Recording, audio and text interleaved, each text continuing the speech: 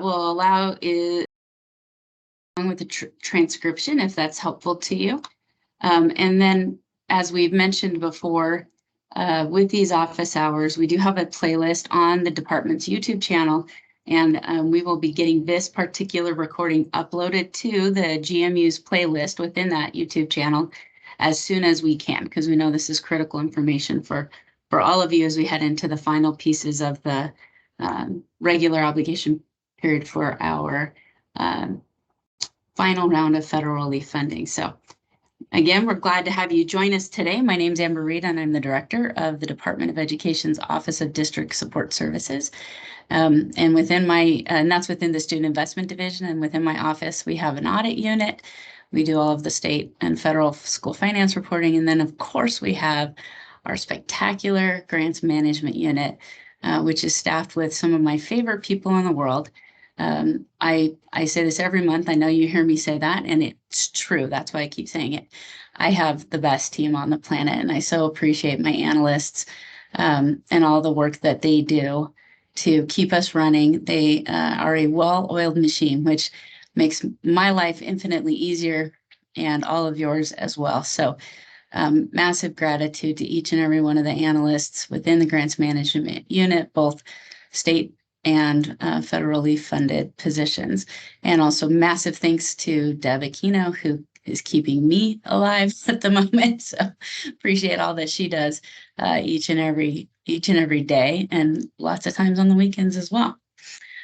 Welcome. I know some of you may be on spring break. We had a lot of out of offices. I would say if you're on spring break, I would encourage you to go ahead and log out. We are recording it, and I hope that you're enjoying some type of vacation and rest and relaxation away from your workspaces to heal and recover from, and mostly, I think, to gear up for the last few months of the school year. I think we always have March Madness, and then I believe the other type of March Madness that kicks off is, testing season. And so the last couple months of the school year are also always a little bit of a push to get everybody across the goal line. So make sure you're taking care of yourselves through that process so that we can make it. My mentor in Washoe County School District used to say, we're open for business on Monday, which means we got to be ready to do it all again. So take the weekend, take the time that you can have to refuel and replenish so that you can continue to do the great and important work that we all get to do together. So here's a quick overview of our agenda. I will note that about 15 minutes ago or so, I attached the PowerPoint presentation, a PDF of that, as well as a copy of the late liquidation letter that went out a couple of weeks ago. And so those materials have been added to the meeting invite, and you can open up the invite and access those there as the attachments. And we're going to look at federal relief funding at a high level, see how we got to where we are, talk about the period of performance versus an obligation period, liquidation versus late liquidation, our processes and timelines for the late liquidation process as a department, what it means to have a timely and valid obligation, the required information that we have to include when we submit our late liquidation request, and then a little bit of a sneak peek about what happens during any liquidation period and the activities that go on during that time. If you've been here before, you've seen this slide every single month. We prepare content, and throughout the PowerPoint, you'll see there's a slide, a placeholder to support discussion and questions. And so you are welcome to, as we go along, place your questions or comments in the chat. I will track those. If I have not gotten to those by the time we get to the discussion slide, then we will go back and make sure we've caught all the questions that are in the chat. You can also, when we get to a discussion slide, you can raise your hand and take yourself off mute. If you have a more technical question or something that's difficult to put into the chat, that's great as well. These meetings are meant to be collaborative and to make sure that you get the information that you need to be successful in all of your grant endeavors. And today that just happens to be regarding late liquidation of the federal relief funding. If you are a subrecipient that does not have any subawards that are funded by federal relief dollars, then this information will not apply to you. the late liquidation, some of it is applicable to all federal grants, but the late liquidation opportunity is unique to the federal relief funding. So I just want to level set on that. If you have a different federal grant that comes from federal dollars that are not associated with the pandemic recovery funds, then most of this information is not going to apply to those other state grants or other federal grants. And so as an overview, I remember a couple of weeks ago in the news, when I was reading the news, and there was a article on the anniversary of the declaration of the pandemic, of the global pandemic, that pandemic as an emergency. And it kind of hit me in the feels for a second, because it was a really challenging time for many of us. Lots of shifts at the last minute, especially in the education world. Massive changes to going from all in-person learning to online, virtual, or distance learning opportunities. And that while we're all trying to navigate our own health and safety and those of our family members and loved ones, trying to figure all of that out. And the federal government, the U.S. federal government, responded by providing an influx of funding to support that response and recovery. And we refer to that as the federal relief funding. And there were 3 acts that included appropriations of different types from different funds or different accounts within the federal system that made those appropriations. So we often refer to those as 3 rounds of funding. You may have heard it most commonly as ESSER 1, ESSER 2, ESSER 3 is generally the easiest way to remember that with the acts. So we have the CARES Act, which is the Coronavirus Aid, Relief, and Economic Security Act, the CRSA Act, Coronavirus Response and Relief Supplemental Appropriations Act. The CARES Act included ESSER 1 and GEAR 1. The CRSA Act included ESSER 2, GEAR 2, and EANS 1. And then the American Rescue Plan Act was that 3rd and final round of federal relief funding that includes ARP ESSER 3, ARP IDEA funds, ARP Homeless Children and Youth funds, and EANS 2 funding. So within each of those acts, there's roughly 15 types of appropriations and accounts that are designated for certain uses. So in our world, we look at the education components of those. But if you can imagine that there were lots of appropriations for small businesses, there were lots of appropriations for the medical field, for research and development of vaccinations. So the U.S. Department of Education is a federal agency with oversight for all the funding, the federal relief funding that was specific to education needs. That includes elementary and secondary school emergency relief, otherwise known as ESSER funds. The ESSER fund did exist before the pandemic and had some grants that were run out of that. The Governor's Emergency Education Relief, or GEAR funds, and the Emergency Assistance to Non-Public Schools, or EANS fund, are the ones that we're going to be talking about today.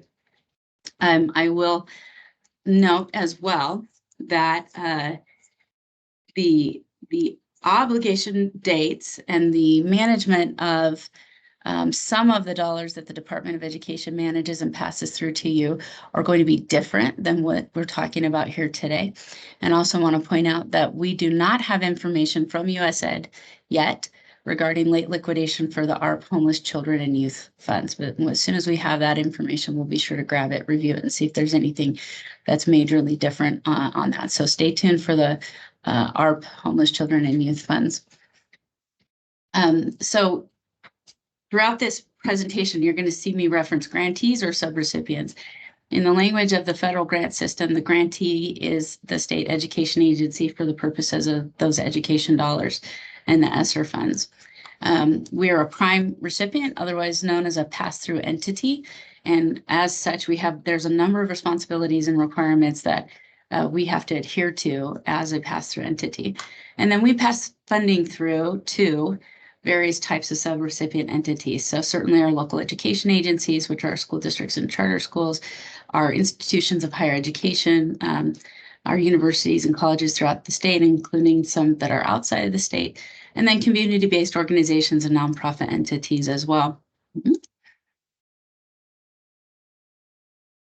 For the ESSER funding, 90% of each round of funding had to go automatically to our LEA partners, those school districts and charter schools. So that was allocated using the Title I funding formula. So the 100% of funding that we got in round one for ESSER 1, 90% automatically went to our school districts and charter authorities, charter associations.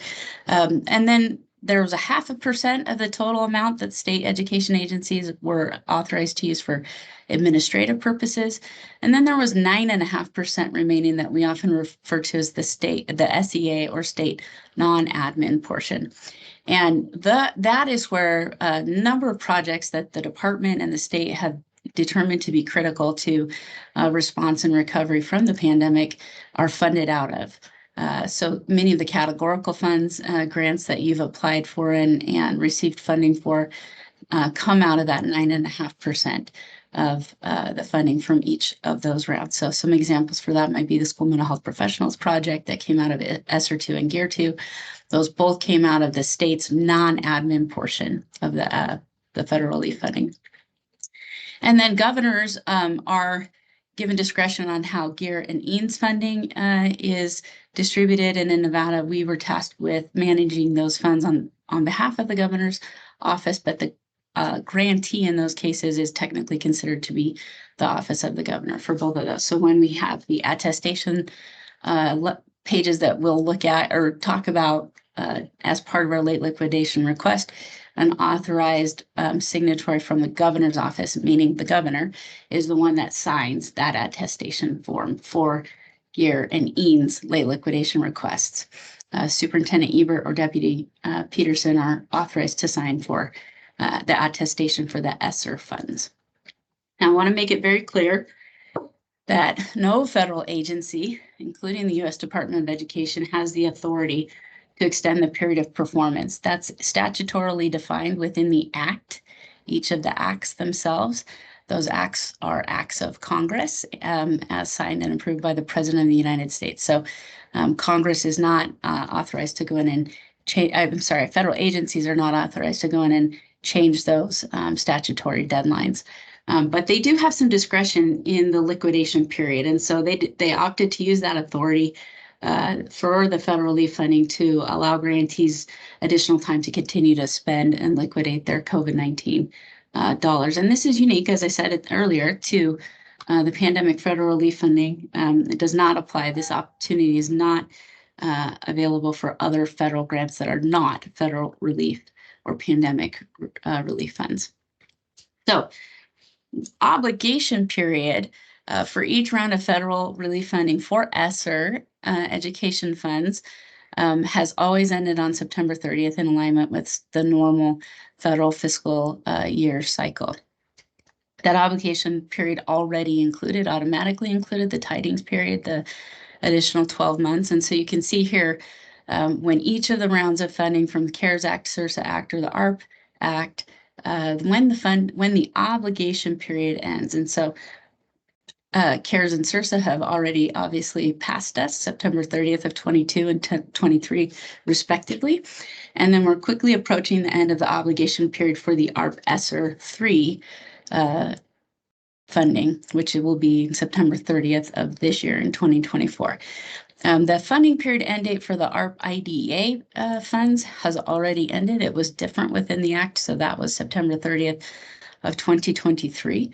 And we are in the process of scaling up our late liquidation request of those funds. And then often in the department, you'll hear us refer to ARP versus ARPA. That is one of the ways that we're using to differentiate between the American Rescue Plan Act dollars that go straight to the state education agencies, such as ESSER, or the ones that are through the GEAR fund or the EANS fund. But the ARPA dollars are awarded to the office of the governor. And then also, I know I'm looking in the... Let me mute everybody. Hold on. As a reminder, if you can just keep your cell phone muted if you can. And so we have a number of projects that we've been tasked with managing on behalf of the governor's finance office. I think one of the most well-known ones is our Assembly Bill 495 funding, and those dollars come from not ESSER, not GEAR, not EANS, but the State and Local Fiscal Recovery Fund. It's a different appropriation within the American Rescue Plan Act that goes to the governor. And the governor's office divvies those up all across the state to all types of different state agencies for different purposes. NDE has about 9 projects that we're managing on behalf of the governor's finance office, and 6 of those are managed through sub-awards. The rest are through contracts.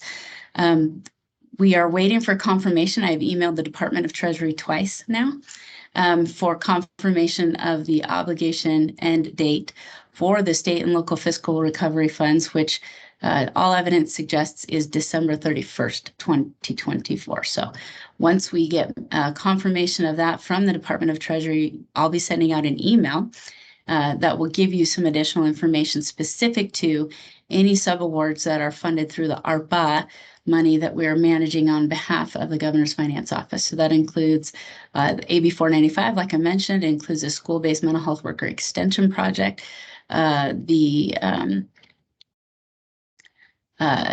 award to Northern Nevada Literacy Council, as well as Spread the Word Nevada to increase and support literacy. And then our MC3 pilot project that supports CTE learning and internship opportunities. And so we will get you that information on the obligation end date for the ARPA funded subawards that NDE manages, just as soon as we have confirmation of that from the Department of Treasury. Just as a heads up, if it's determined that December 31st, 2024 is indeed the last day of the obligation period for the state and local fiscal recovery funds, we will be amending all of our subaward agreements to make sure that the funding period reflects that obligation date. We won't want to put any of you in a position of having costs that are disallowed because we let you keep spending money keep obligating money after the obligation period had passed.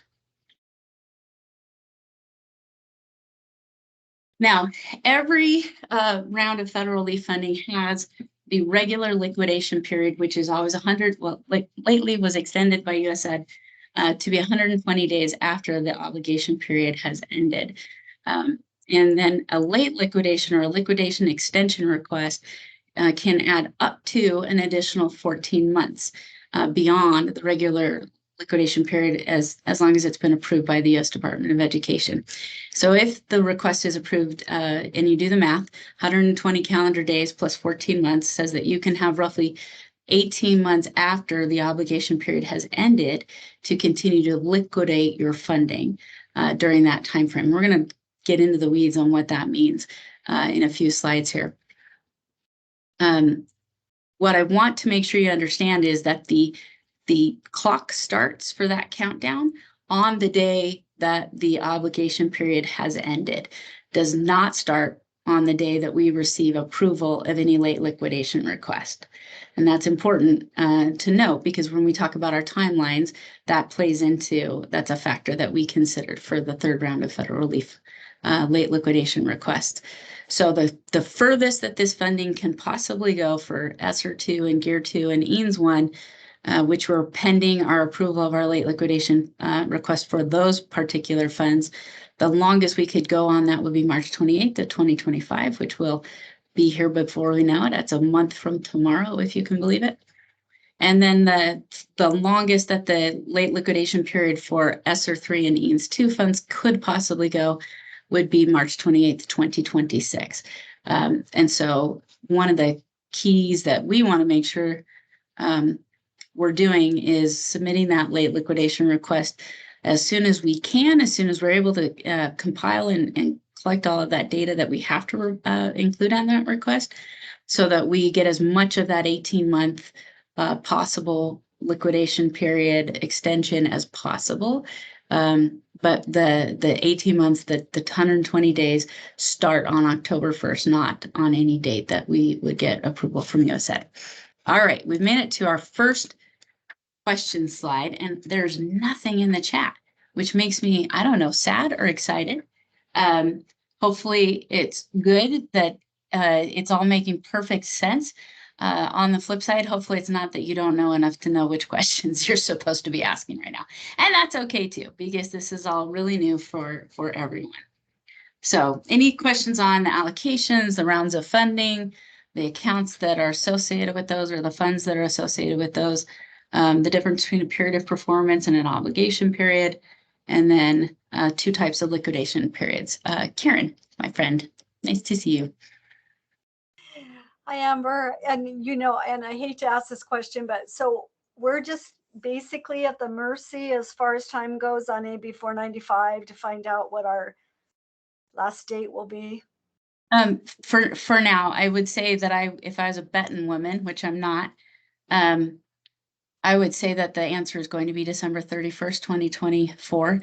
I could not find any evidence to the contrary, but until I hear back from Treasury, I did get confirmation that from our federal program officer from the Office of Elementary and Secondary Education that she thought that that was also the end date, but suggested that we get confirmation from Treasury on that. And so as soon as we hear it, I'll get that back out to you. But I'm 99.9% confident that it will be December 31st, 2024 for the obligation. I think Lauren or Jill. No, it's Jill. Hi, Amber. Hi, Jill. Related to AB 495, if it is determined that the end of the obligation period is December 31st of 24, will you then be seeking a late liquidation authorization for those funds, or what will the liquidation period look like? Because the initial information we got seems to suggest it went out to 2026, and a little skeptical of that date. So maybe you fill that. Yeah. When I reached out to Treasury both times, I also included a request for additional information on their late liquidation process. And so I'm hoping to receive that back soon. I looked at 10 different FAQs and official communications from the Department of Treasury. Some of them were very long. And every single date I saw said December 31st, 2024. But I did not see any information about late liquidation or a liquidation extension request in terms of what that might look like. And as a reminder, we still don't have the information on late liquidation of the ARP homeless children and youth funds either. So I think it depends on which sort of subpart of the U.S. Department of Education or the federal government at large is managing those to provide the details on obligation ending and liquidation extensions if they're available. Okay, we'll just hang out and hear from you. I'm sorry. No worries. They're gonna be like, oh, it's that lady from Nevada again. Maybe someone should answer her email because I'll send another one. I'm doing it every other day. So I think squeaky wheels or something like that. So we'll keep asking. Okay, thank you. From Cynthia, for late liquidation, does the work have to be completed by September 30th or just obligated? Can work continue? We are going to get to that like maybe over like 12 different really meaty slides, Cynthia. So I promise we're going to get to that.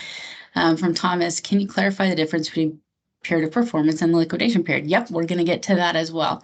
In those slides, we're going to talk about the period of performance and liquidation here in a minute. Anything else on the materials we've covered so far? There's also a general slide at the very end, and we can go back, we can click back through other sections if you think of a question after the fact, that's just fine. So for the third round of federal relief funding that USAID manages, they've recommended that we submit the late liquidation request no later than December 31st, 2024. And so what we've determined, that was our goal last time, it didn't work so well.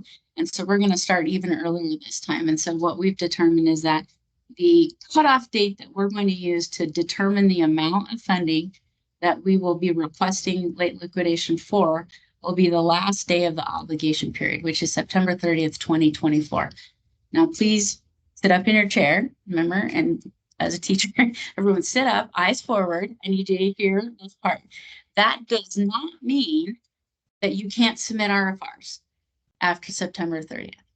The liquidation period is 120 days after the obligation period ends. And that is your normal time for liquidating your costs for all of our federal grants. For you guys, we give you 90 days because we need the extra days to get our closeout completed as well.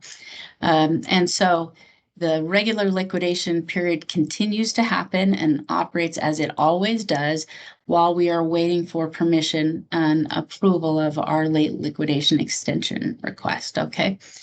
So what we are hoping is that this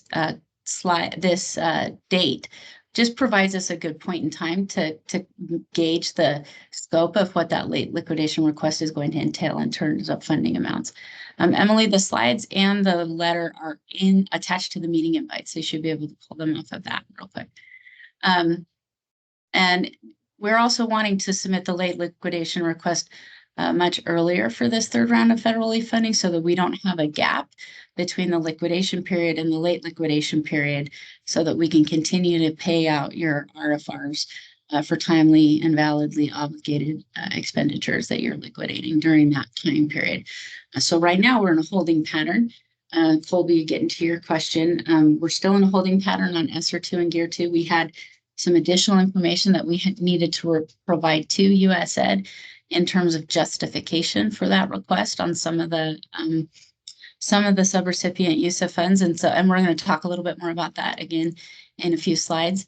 But we're in a holding pattern right now on ESSER 2, Gear 2, and EANS 1 until we receive permission for that. Barbara, March 20th is on a Saturday. There's an FAQ that actually speaks to that when it is on a Saturday and it falls the Monday after. Alrighty.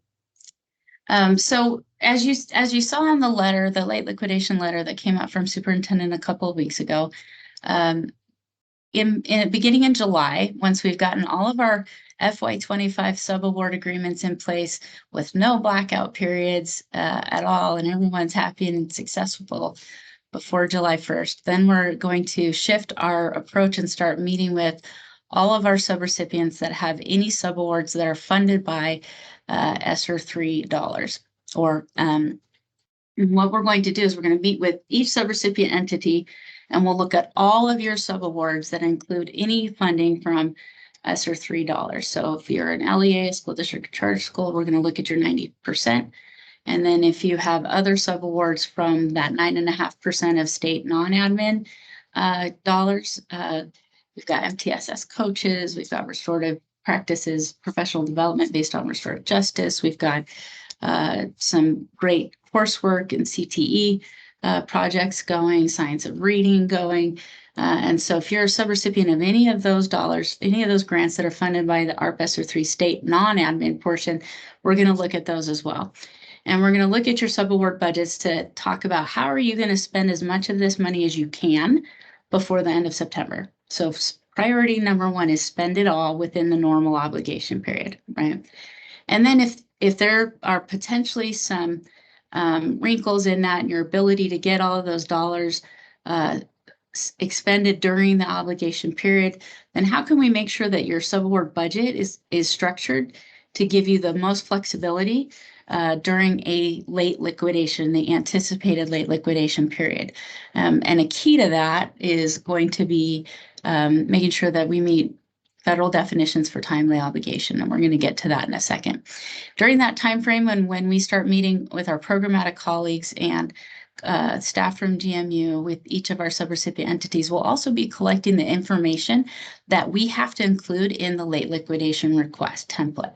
And we'll look at what those requirements are at the very end of our time together today. So July is going to kick up some intensive work to make sure we're on track to spend down, and anything that we anticipate not being able to spend down before September 30th, we've built in and made sure that it's timely obligated so that they're eligible for an extension, liquidation extension opportunity.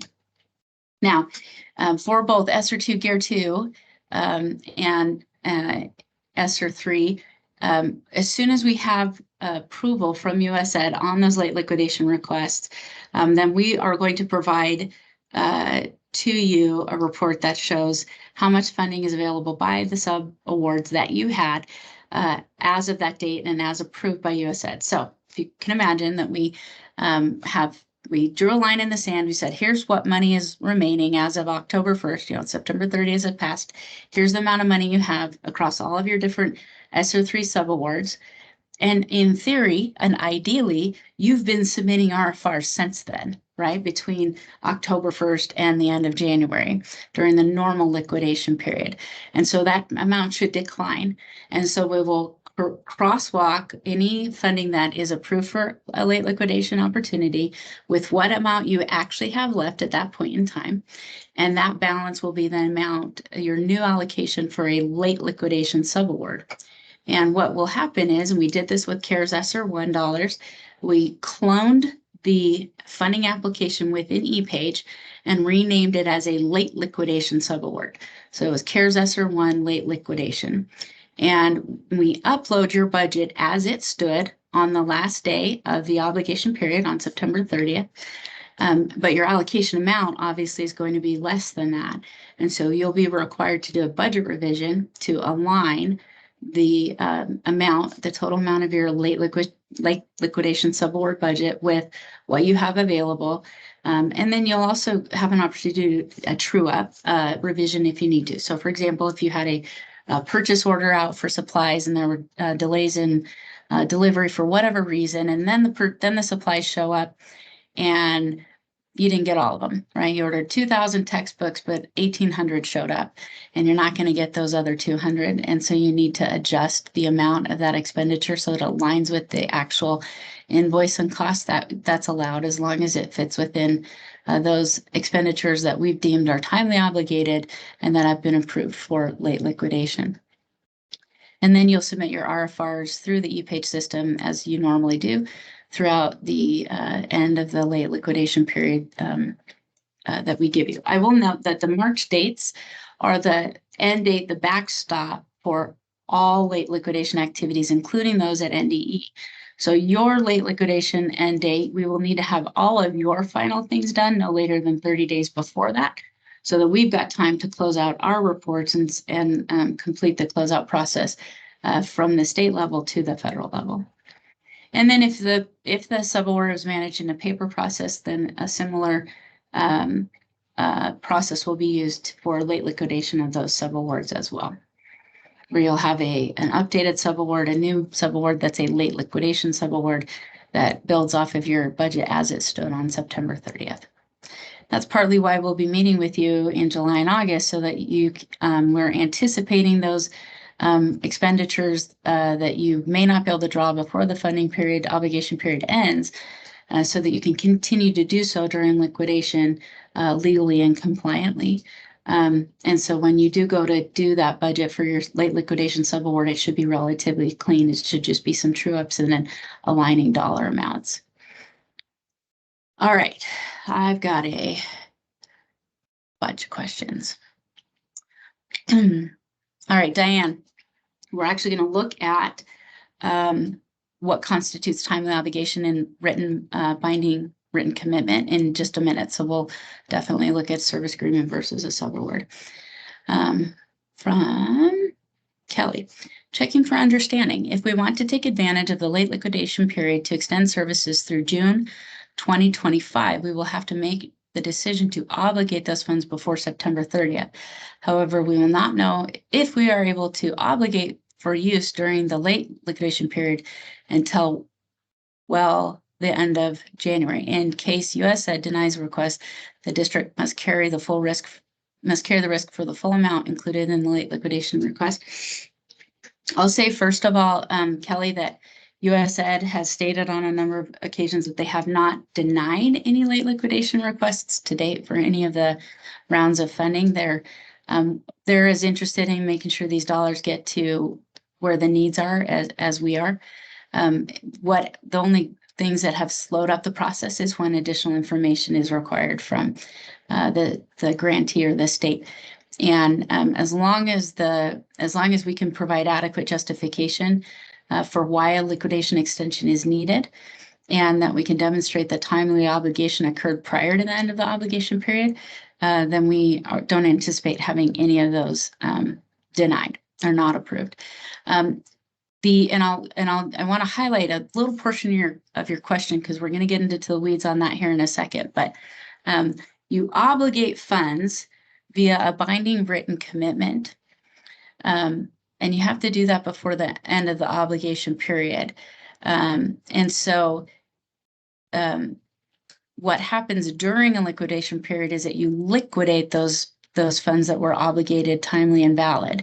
You're not making new obligations. You cannot make new obligations after the obligation period has ended. So you will, if you, for example, have a contract for services, professional development, or some of you may have construction or renovation, remodeling projects to, support healthier air and conditions in your school, or cleaner, more easily cleaned surfaces and flooring. And if you have a contract for that work, or for that service, for that good in place by the end of September, you can continue paying off of it during the normal liquidation period, and you should. And then if there's a late liquidation extension approved, then you will have an additional amount of time to continue to liquidate those dollars. But again, the goal here is to spend down as many of those dollars as we can well before September 30th. And any that we can't get across the goal line by September 30th, ideally we've liquidated before the end of the normal liquidation period, so that those things that are left for a late liquidation period are really the exceptions and not the norm. But you have, as long as we can make sure and we can justify that it was timely and validly obligated before the funding, that obligation period ended, we don't anticipate that you'd have any problems continuing to pay off of that. We cannot have a contract go past the late liquidation end date, though. So your contracts have to have been fully liquidated if they're being funded fully by the federal relief dollars by the end of the late liquidation period. And that is a decision that was made by our governor's finance office. All right. Thanks, Lisa, for catching that as well. Anything else in terms of the timelines or the supports that we will be providing to you as we head into the end of the obligation period? Process for late liquidation subaward, a separate one. Hopefully we're having those conversations very soon for your ESSER 2 and Gear 2 funded projects. And so we'll test drive it there. We've test driven it a little bit with ESSER 1. We'll see how many more things we can break with ESSER 2. So by the time we get to ESSER 3, it'll be tight. All right. Key terms. So liquidating versus obligating. So liquidating comes out of 2 CFR 200-344 paragraph B. And it talks about what a liquidation is to draw down expenditure of funds by a grantee for obligations that were incurred during the legal obligation period. And so you're essentially able to continue to pay off the obligations that you made.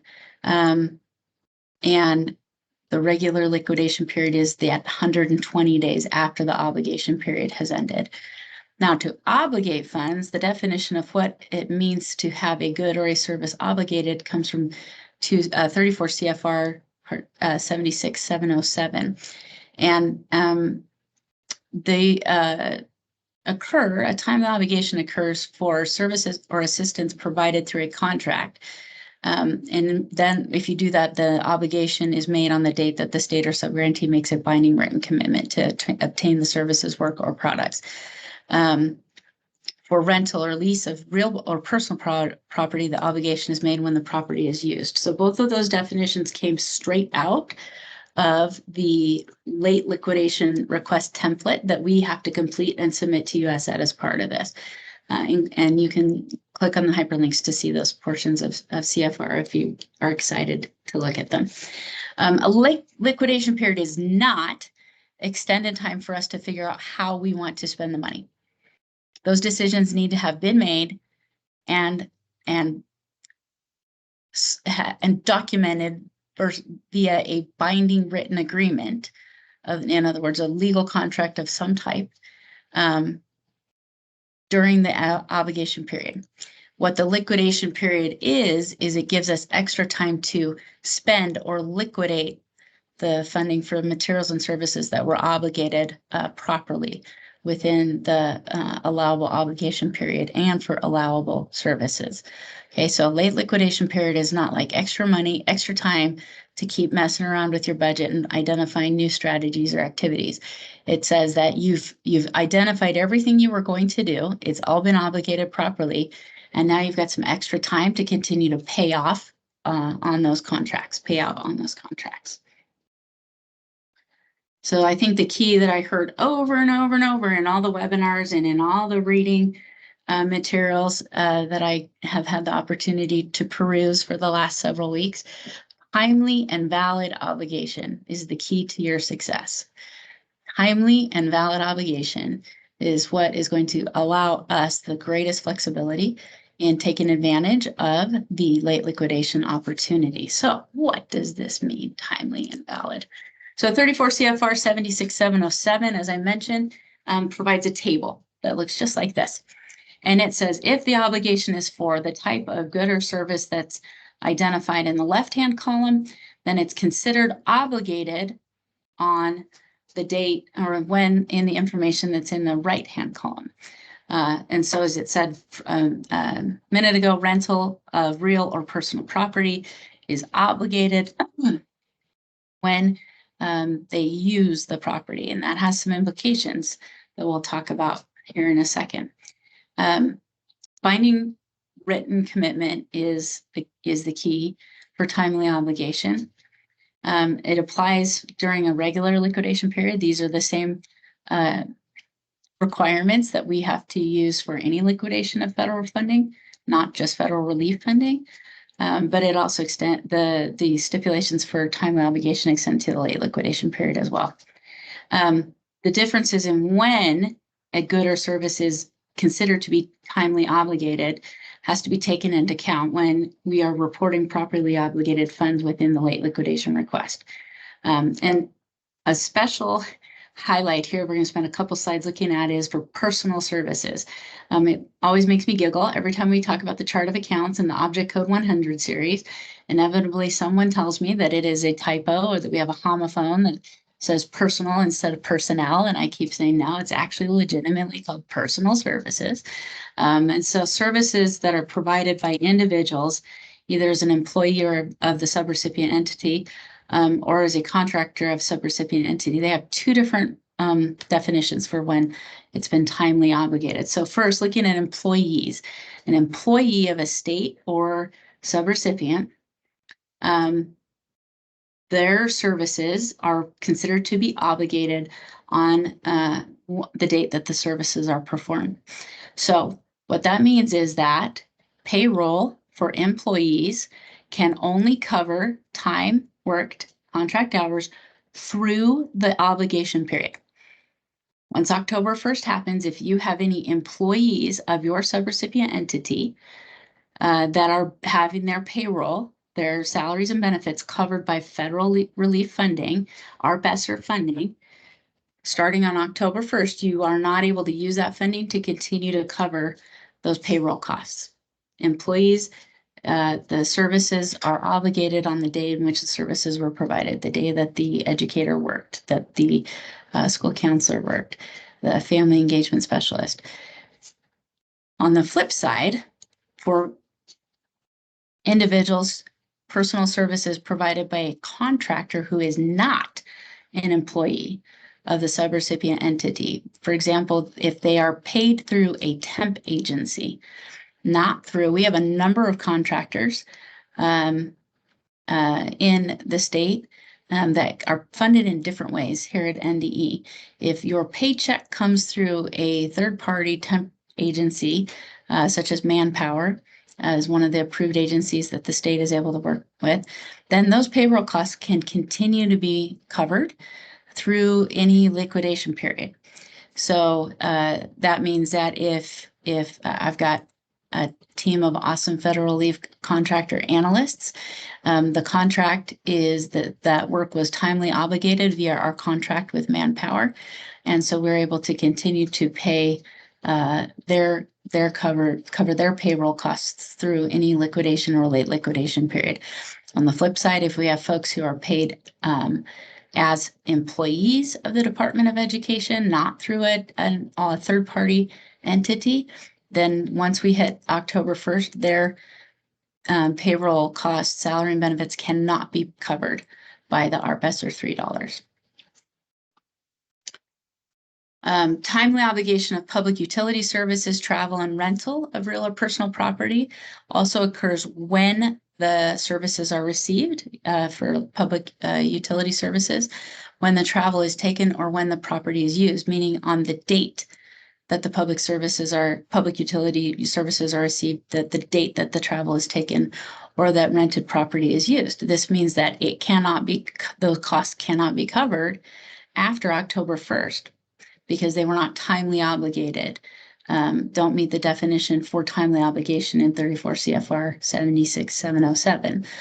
However, acquisition of real or personal property, such as goods and supplies, or the performance of work that's other than personal services. So you've got a contract for construction services. You've got a contract for professional development. Many of you have contracted mental health providers or family engagement providers within your sub-award budgets. Those are obligated on the date upon which the contract was fully executed. So if you have a contract in place before September 30th for those construction services, for those professional development services or trainings, for a subscription service to some of our online digital learning platforms, as long as that was fully executed before the obligation period ended, that does meet the definition for timely obligation. That's often done through a contract or a service agreement, a purchase order, and those things do need to be executed before the end of the funding or the obligation period ended. So if you're trying to purchase supplies, if you've got a subscription that you need to extend for an additional year or so during the liquidation or liquidation extension period, those things all need to have a purchase order in place or contract in place, a service agreement in place no later than September 30th, 2024, in order for it to be timely obligated.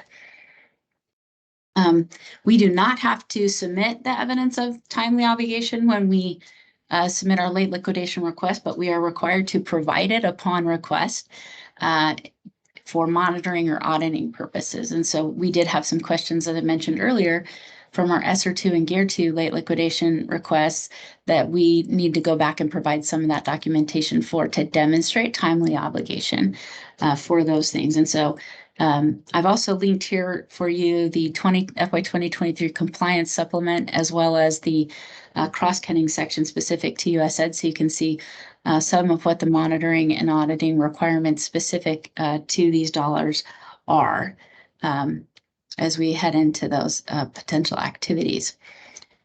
One important distinction that is kind of newer in, I am not sure that they've placed this in one of the FAQ documents quite yet, but there's been a lot of discussion on post-secondary scholarships. So if we have subawards from federal relief dollars that supports post-secondary scholarships, there are two ways to demonstrate timely obligation. Both require a binding written commitment. Big surprise. You can either have a binding written commitment between the grantee or the subrecipient entity and the individual student, or you can have a binding written agreement between the grantee and the entity to provide post-secondary scholarship services. But both of those require some backup documentation, some terms and conditions that provide specifications. So in the case of scholarships to individual students, it has to, that binding written commitment must detail the how the award payments will be made and what the eligibility for the scholarship are.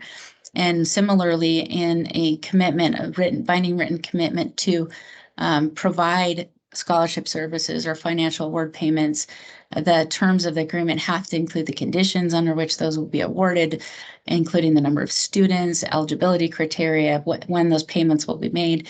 That also the binding written commitment also has to demonstrate that the costs are reasonable and necessary, and that they're going to be used to support activities that are allowable according to the requirements of the grant. So a little bit of interesting nuance for post-secondary scholarships and timely obligation. A valid obligation says that it is that obligation for expenditures meets allowability requirements and criteria. So in our grantee attestation that we have to sign and submit with our late liquidation request, we'll see the list of all the things that we attest to, but we have to maintain oversight through any liquidation period.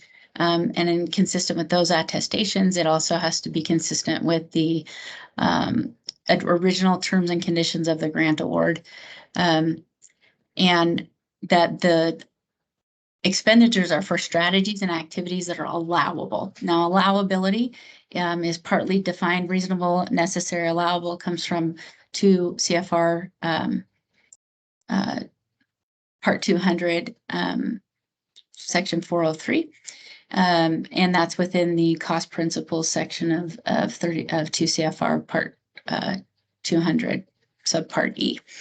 And additionally, for federal relief funding, so those cost principles are generalized to all federal grants. In terms of the ESSER 3 funds, the determination of allowability also has to meet the original intent of the funding, which is to prevent, prepare for, and respond to COVID-19. And it has to align with Nevada's ARP ESSER state plan, which I've hyperlinked for you here. Now, we do have an ability to amend our state plan if we need to in order to expand strategies and activities that we anticipate are still required.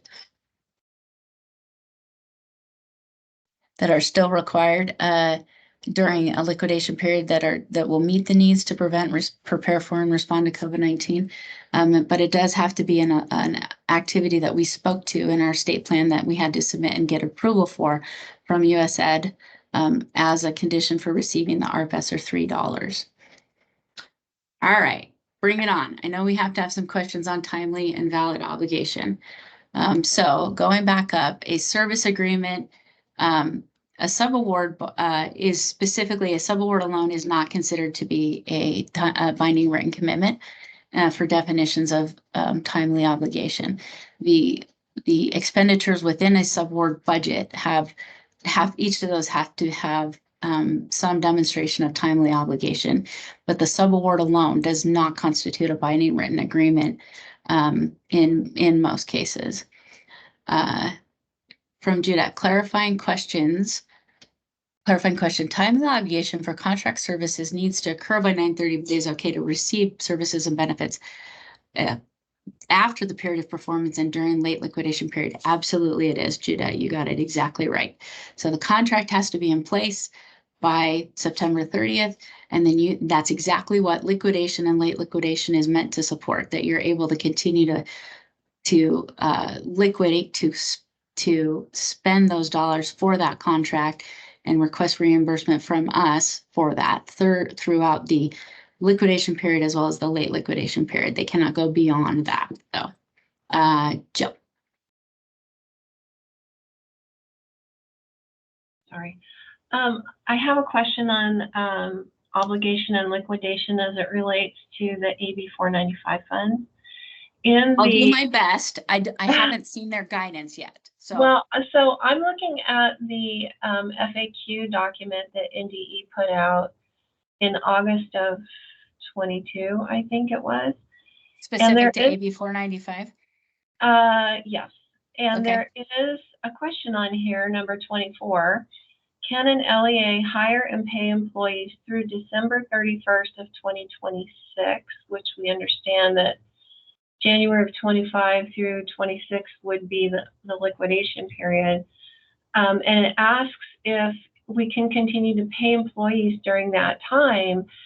And the answer in the FAQs is yes, we can pay salaries through December 31st, 2026 if they are approved through the competitive application process and included in the executed final subaward. To me, that seems to contradict. Yeah, absolutely does. FR 76. And Yep. the reason I'm concerned is that we do have employees that are what we consider contracted as opposed to hourly employees that we pay with these funds, whose positions we were intending to fund with AB 495 funds for the next fiscal year. Yeah. And now I am concerned, highly concerned, that this might not be accurate guidance. Can we get some clarification on that? Absolutely, we will. And I would agree with your assessment, Jill. I think when we were rolling these out, and I will just note that the guidance on late liquidation, the late liquidation opportunity, which is unique to the federal relief funding, has been slow in coming, including whether or not 34 CFR 76707 was going to be required or not, if there was going to be some type of waiver to that. But if we are to determine what I think we're going to determine, which is that the obligation period ends on December 30th of 24, then we will amend that FAQ document, and that will also, obviously require subaward amendments based on the more accurate information and understanding that we have now. So, but we're in the process right now of putting together our FY25 overall district budget. And we have not planned for these employees that are in AB 495 to come back to the general fund next year based on guidance that we received that we could continue to pay these people all of next year. Yeah. So I think it's going to be critical that we get an answer sooner rather than later, because this is going to impact quite a few people in our district. Yeah, and I've had the same concerns, Jill. We've actually tried to get this information maybe 17 different ways, 17 different times. And like I said, I'll send another email today. I'm going to just bug them until they respond, I suppose. And I wish there was a hotline I could call and talk to somebody. But again, I've looked at least 10 different documents specific to the state and local fiscal recovery funds, and all of them say December 31st, and they all reference 34 CFR 76707 as well. But I did ask for Treasury to provide more information about that, and I promise I will keep hounding them until we get an answer. It's too bad I didn't know last week when we were in DC together, huh, Jill, because we could have just gone and banged on the front door. I know, right? We answered our question. Hi, we have a question. You're not responding to our email. This is really concerning to us, and I don't know if others are in the same predicament, because we did rely on guidance from NDE when we made those decisions. So the sooner we can get an answer, then the better. That will help us figure out next steps. Absolutely. Thank you. For sure. Of course.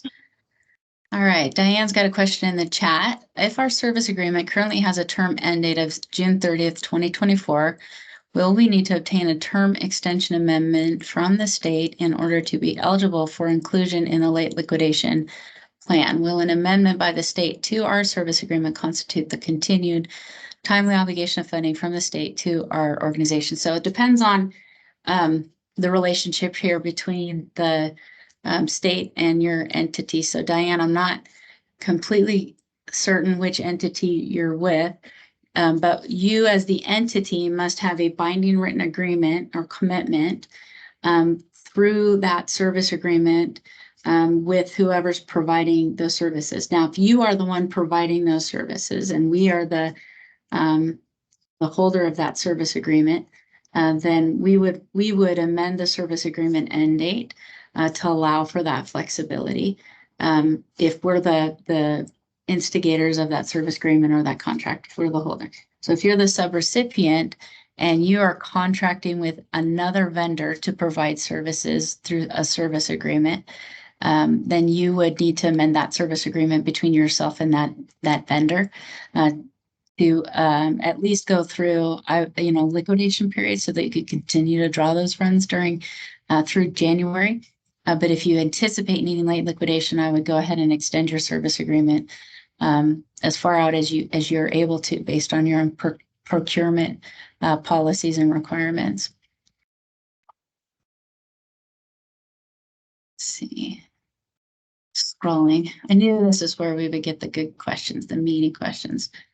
Nicole had asked earlier, I'm trying to scroll but make sure I didn't miss any. Judah, I think I answered your question. Okay. Nicole, clarifying question. I apologize if I missed this. Do we notify you if we would like to request an extension, or is this something GMU is requesting on behalf of all recipients? So in general, our approach is to request every penny. That gives us the greatest flexibility and the most opportunity to spend all of those dollars and make sure they're getting to the needs in the places that they were meant to. What we have done for ESSER 1 and ESSER 1 Gear 1, ESSER 2 Gear 2, and EANS 1 is we submitted the request on behalf of all of our subrecipient entities, and then we will come back and have a conversation about what's viable. For ESSER 3, because we're in a better position heading into the process, when we start to have those meetings with each subrecipient entity in July and August, and we look at each of your subaward budgets, and we collect the information that we have to enter into the request template, that's when we'll have those conversations. And if as a subrecipient entity, you say, we're just not going to be able to use this funds, that could open up an opportunity to us for us to reallocate those dollars. So as you're looking at your subaward budgets and saying, we're doing the best we can, but there are staffing shortages. We can't fill these counselor positions, or we can't fill these parapro positions because the bodies just aren't out there in the workforce. And if there's no other way to amend your budget for other allowable strategies or activities and expenditures that you could continue to spend during both obligation and liquidation periods, and you want to revert those back to us so that we can reallocate them to another subrecipient entity, please reach out to us sooner than later. On the flip side, if you're like, hey, we are cranking through this money and we could really use some more, we're a little worried about being able to cover all of the remaining needs that we have, let us know sooner than later as well, because that provides us an opportunity to sort of rebalance the funding and make sure that it can get to the people who are able to use it during the obligation period, and not take a risk of reverting those funds. I have joked on a number of occasions that I used to think a lot of things were sins, and now I think there's maybe 2 things that are sins, but one of them is absolutely giving money back to the government, both the state or the federal level, because those are sacred dollars. Those are public dollars that families sacrifice from their budgets in order to pay their taxes. And there's an expectation. I know when I pay my taxes, here in a couple of weeks, not to trigger anyone or make anyone go into a panic attack, but tax day's coming. When I pay those taxes, there's an expectation on my part that it's going to result in a good or a service that's going to benefit my community, my fellow citizens in some way. And so when we can't get those dollars to those needs as quickly as we need to, we run the risk of having them go back into the coffers, either the general fund at the state or at the federal level. And we lose an opportunity to use those resources for needs that we know our kids and educators have. So we want to make sure that we're good partners and we're being as proactive as we can during the next six or so months to make sure that we've got the dollars where they need to be, where they will likely be fully expended or liquidated during liquidation. And if it's not in the cards for you with that money, we will have a conversation and talk about whether it makes sense to reallocate them. But we'll also talk about whether it makes sense to include those dollars in the late liquidation request when we have those meetings. So hopefully, Nicole, that answers your question. Brian, are these funds subject to supplant rules? Can LEAs play the shell game to keep playing employees? The ARPAs for $3 do not have the supplement, not supplant provision, Brian. But what they will need to do is to appropriately code their employees' payroll costs after the obligation period is ended to something other than federal relief dollars. Those can't be used for those purposes. Okay. All right, Kathy. Hi, Kathy. We will appreciate the one-on-one assistance to ensure our applications are structured to give us flexibility through the late liquidation period. Is there a hard deadline for budget revisions in ePage for the September 30th deadline? So those deadlines are going to be the same as they always have been, and it will be referenced in your assurances. We ask for the final full budget revision to be completed no later than 60 days before the funding period ends. Part of that was so we have plenty of time to make sure that the revision doesn't have any additional corrections or those kinds of things. But we are getting faster at that. And then the last 2 fiscal years, we've allowed for a limited scope budget revision in the last 30 days or so to true up payroll expenses, so salaries and benefits, and then any expenses for contracted employees. We've allowed that roughly 30 days before. As I mentioned last month during our GMU office hour, I look forward to the day that we can accept those budget revisions in a much shorter time frame and get those turned around for you as we get more efficient on our side. I will also say that there's risk. When you get a budget revision submitted right at the deadline, if it does not get approved, and you've already made those expenditures, you've already incurred those costs, we're not going to be able to reimburse you for them. So that's one of the reasons we don't want to get too close to the end of that, to that deadline. Hopefully that answers your question, Kathy, and just let me know if not. Now, Jill, from Karen. Jill, thank you. Nye County School District is in the same situation. We had planned to avoid the funding cliff. Now we are facing one based on the information that was provided to us. We do need to know as quickly as possible. And I agree. I feel that pain. I've had that heartburn myself. Like I said, and in the wonderful opportunities to learn everything about liquidation that I never wanted to know these past several weeks, I have come across a lot more information that makes that heartburn worse on the part of the AB 495 and other ARPA funded projects. So we are working very hard to get that clarification and confirmation as soon as we can. All righty. I am going to try to get us through the rest of our slides quickly, but please continue to put any questions you have in the chat. New to the ESSER 3 late liquidation request, which includes EANS 2 as well, we now have to also include a cover letter. So there's a template, a workbook, an Excel file that we have to complete and submit. We have to submit a separate template for each of the types of funds. But we now have to include a cover letter that explains how the liquidation extension request contributes to the acceleration of academic success. And we have to include a reference to how we've supported expedited liquidation funds. So that's where we would talk about our process, right? Where we held a webinar, today's office hour, we provided the letter, we provided supports, and then we meet with each of our subrecipients to make sure that we are getting those dollars spent as much as we can, and that there's we have plans to expedite those, expedite the liquidation of those funds, and that we will continue to provide those supports and to maximize those investments. The cover letter also needs to highlight evidence-based strategies that will best support student performance. And these 3 here you may recognize from the OG ARP ESSER 3 funding. These have been some of the key priorities with ARP ESSER 3 since the beginning. So increasing daily student attending, providing high quality tutoring, and increasing access to extended learning opportunities, both before and after school and during summer hours. And we also should consider increasing access to mental health services, offering coaching, professional development, or investing in infrastructure. And so we will, we have to speak to the use, how these funds will be used, and provide a justification for the late liquidation extension request. But we do need in the cover letter to kind of provide some rationale and justification for why we believe as an entity that these are a good investment in continuing to prevent, prepare, and respond to the COVID-19 pandemic. There's a template, this workbook that we complete and submit for each late liquidation request. It includes a grantee attestation tab, which has to be signed by an authorizing official of the grantee entity. And so, as I mentioned earlier, for the ESSER dollars, that can be Superintendent Ebert or Deputy Superintendent Peterson. For EANS and GEAR, it had to be the governor. And these are the things that we attest to as a grantee when we sign that.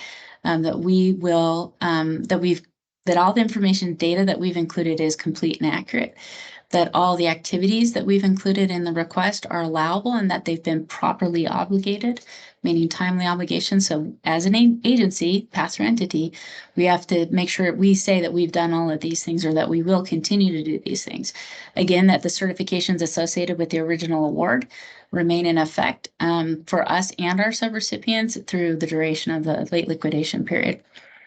And that continued monitoring and oversight will continue to provide those services. That if they require data verification of obligated and liquidated amounts, we can provide that backup data. That sufficient documentation to support that request. Those are the things like demonstrating that it was timely obligated, that documentation exists and is on file. And that we have, as a pass-through entity, have evaluated you as subrecipients based on risk to make sure that you've got the capacity to continue to liquidate those funds. And I want you to know that a grantee, state education agency, has the discretion to determine which subrecipients to request late liquidation on behalf of or not. And so if we have a subrecipient entity that has very high risk score, that we've had a number of challenges in helping them be able to expend and draw down their federally funds, and we're concerned about their capacity to do so accurately, effectively, efficiently, and compliantly, we do not have to include that subrecipient entity in the late liquidation request. I don't anticipate that would be an issue, but I want to make sure you understand that is a discretion that's given to grantees.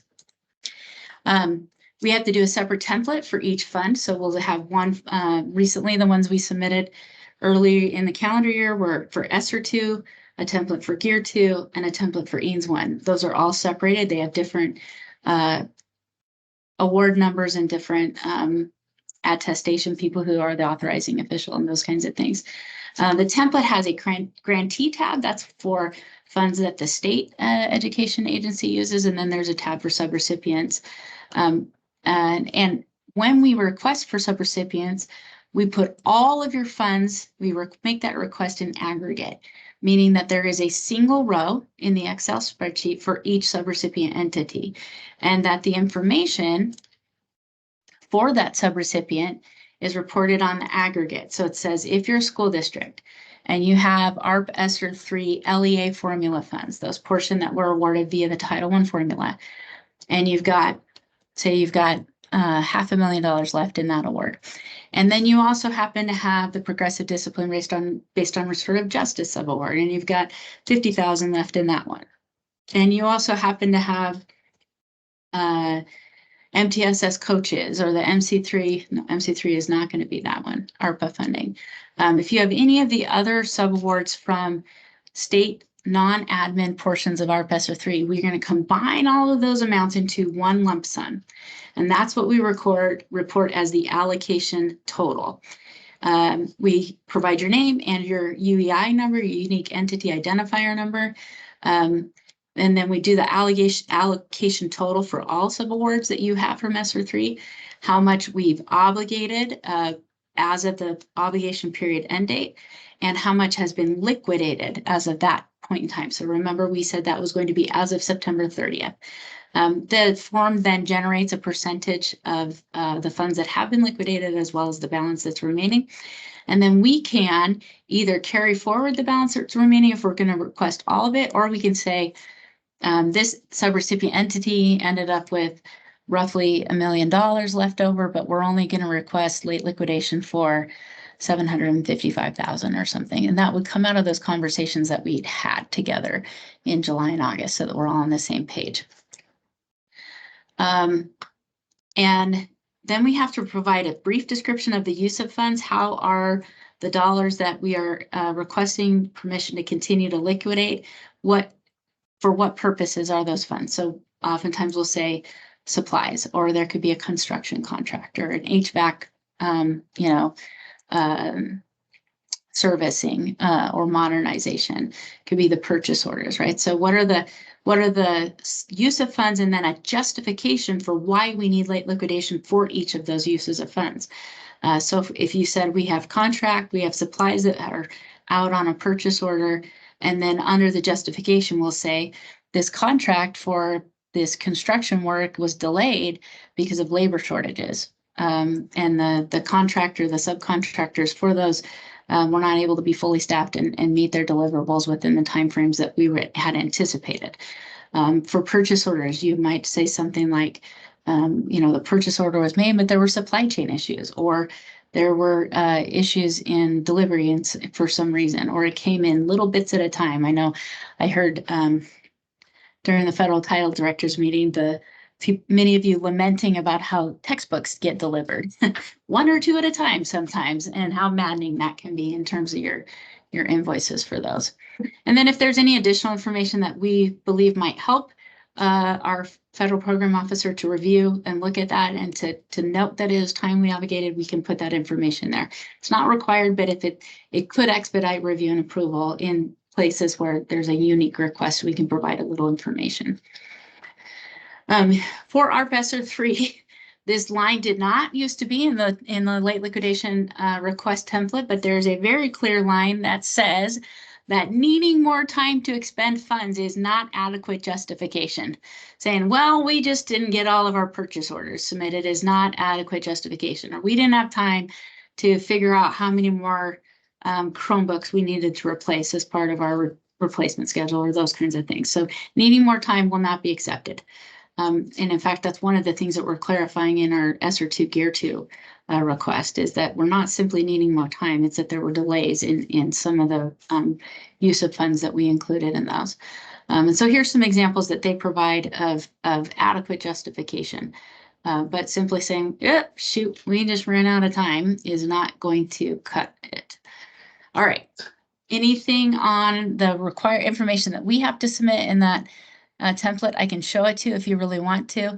If you love a beautiful Excel file, this is not the file for you. It is not beautiful, but it is functional, and it is the one that we get to use. So we can walk through it if you're really, really excited about it, or if maybe you just need a nap or something right now. Any other questions on the? Okay, Kelly, would continued pandemic student instructional mental health impacts serve as adequate justification? Yes, so we can extend services for another year. So you'd say we have a contract in place for a contracted mental health provider to come in and provide mental health services on site, groups, individual supports, whatever it might be. And those needs continue to be felt by our students, and we need to be able to continue to provide those through this contract. Would be an absolutely appropriate justification. You've timely obligated it through the contract, and then you've demonstrated the need to say these, they're never going to go away, right? The needs for those supports are always going to be present. Hopefully they decrease a little bit as we get to more kids and give them the supports that they need.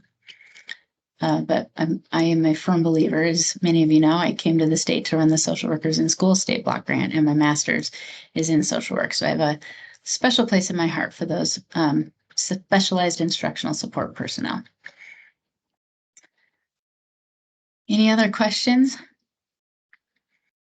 Oh, and thanks, Marielle, for answering Marissa's question in the chat. Yes, the recording will be posted to our YouTube channel as soon as I can get it up there for you. And I'll send you out an email with the link to that as soon as it has been posted so that you can access it easily. All right.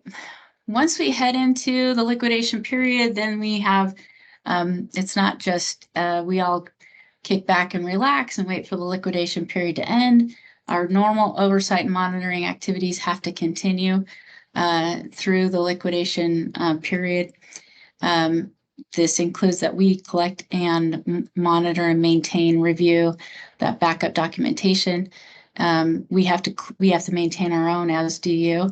And we will, as we look at the liquidation at your subboard budgets heading into the end of the obligation period in anticipation of a successful late liquidation request, we'll be asking for copies of your contracts, just so that we can say that we reviewed those to make sure that they were timely obligated before including them in a late liquidation request. That's our responsibility. So we'll be looking for copies of those binding written commitments.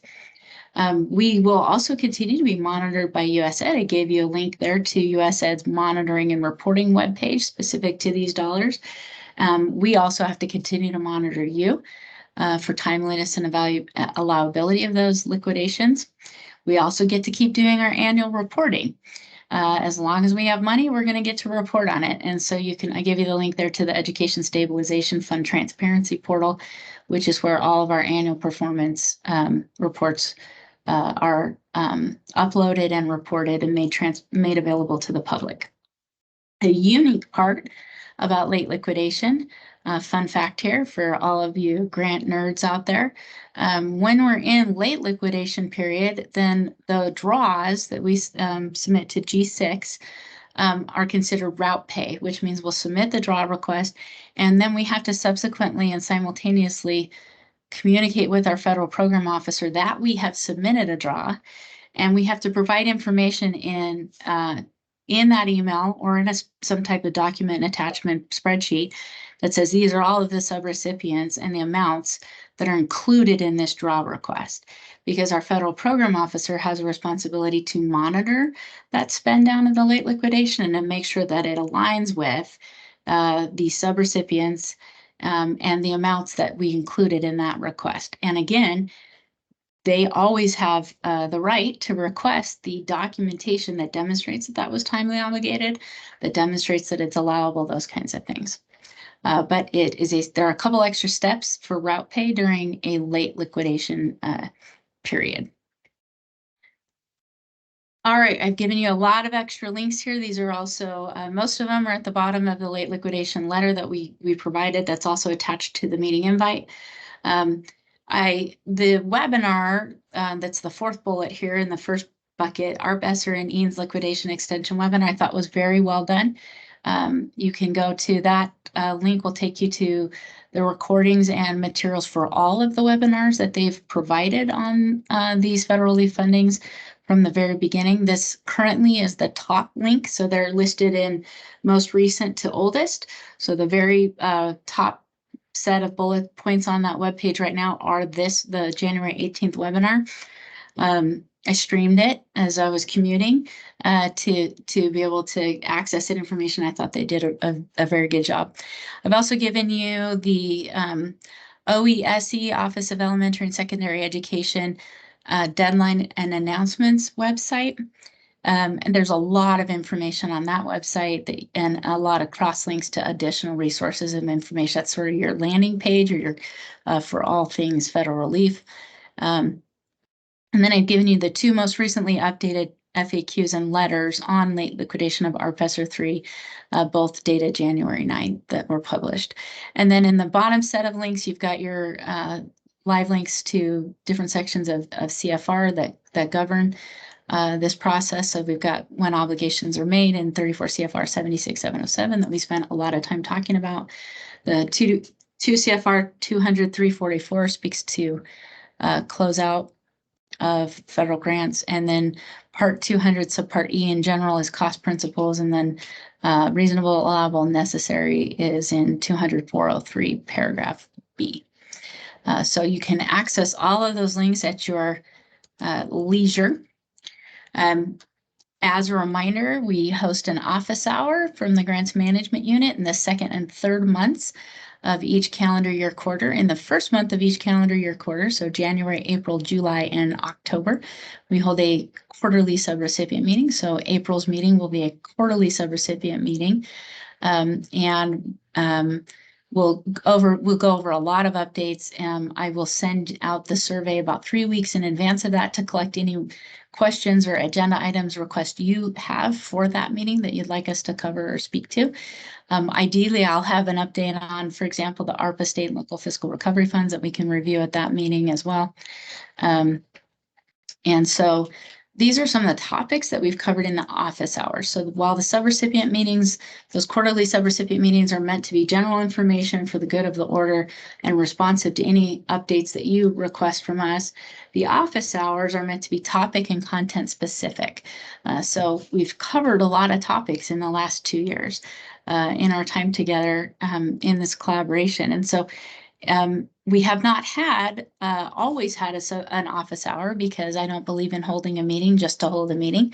But if you guys have additional needs for additional technical assistance and support, please do reach out to us so that we can get those scheduled. So if that needs to happen on an individual basis for your organization, your entity, we will absolutely do that. But it's also helpful for us because sometimes we don't know that it's a need. We don't know that it's something confusing. We don't know that some requirement we've put in place is making your life miserable unless you tell us. And so we need that feedback from you so that we can continue to provide high quality supports and technical assistance in our collective efforts to manage these grant dollars.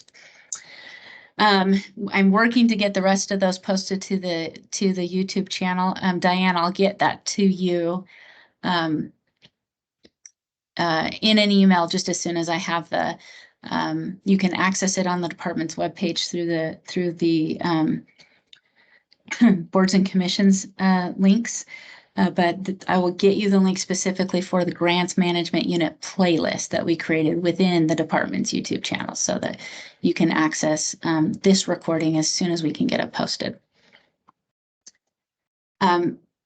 We also use our universal email account, grantsinfo@doe.mv.gov.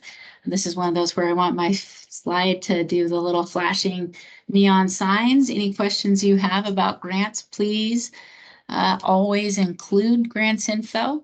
If you don't know who the question should go to, you can send it to grants info. We'll make sure it gets to the right person for you. So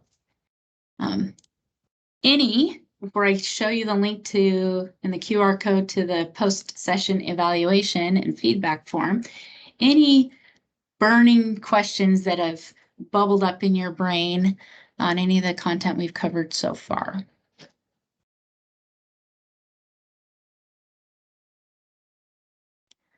A lot of new material for sure. And I wanted to make sure to mention that USAID is hosting a couple of technical assistance hours for grantees in the next couple of months that I'll be registering for.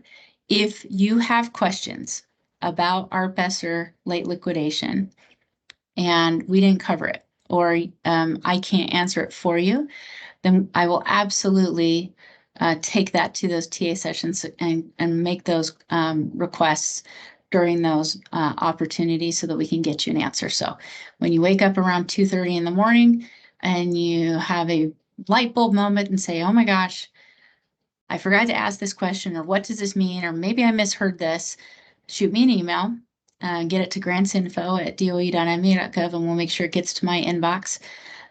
If I can't answer the question for you, then I will absolutely forward that question on to our federal program officer and bring it to the TA sessions as well. All right, look at that, 1 minute ahead. That was a really content-heavy slide deck. I think it's important to be so because we want that to be a reference for you and useful and helpful to you as you go through it, though. If you have any questions on it, please don't hesitate to reach out and let us know. The evaluation and feedback forms are really helpful for us to make sure if there's anything that we can do better, and if we can make the materials more clearly presented or provided, those kinds of things. So please pick your little phone camera up and you can point it right at the QR code and click that link to go take that should take you no less than 3 minutes. Or no more than 3 minutes. It's a bunch of Likert scale questions and an agreement scale. So for the most part, and then there's some fillable open narrative if you have any additional feedback to provide. We always appreciate that. I hope that you're all able to get some type of rest and relaxation during this spring break time. I think for many of us that came from districts, one of the biggest adjustments is that we don't get the fall breaks and the winter breaks and the spring breaks. And it's a little bit soul crushing sometimes when you get to that point, you're like, what do you mean I don't have 2 weeks off over the winter holidays? But I hope that each of you is able to take some time enjoy the coming spring in nature. That we do have a total solar eclipse happening on April 8th that I will be in Conway, Arkansas for. My son and I reserved an Airbnb 2 years ago because we are those nerds. And so we're excited about that. So get out, enjoy some nature, feed your soul, do the things that you need to take care of you so that we can collectively support each other in such important work. So have a fantastic rest of your week, and we will see you next month.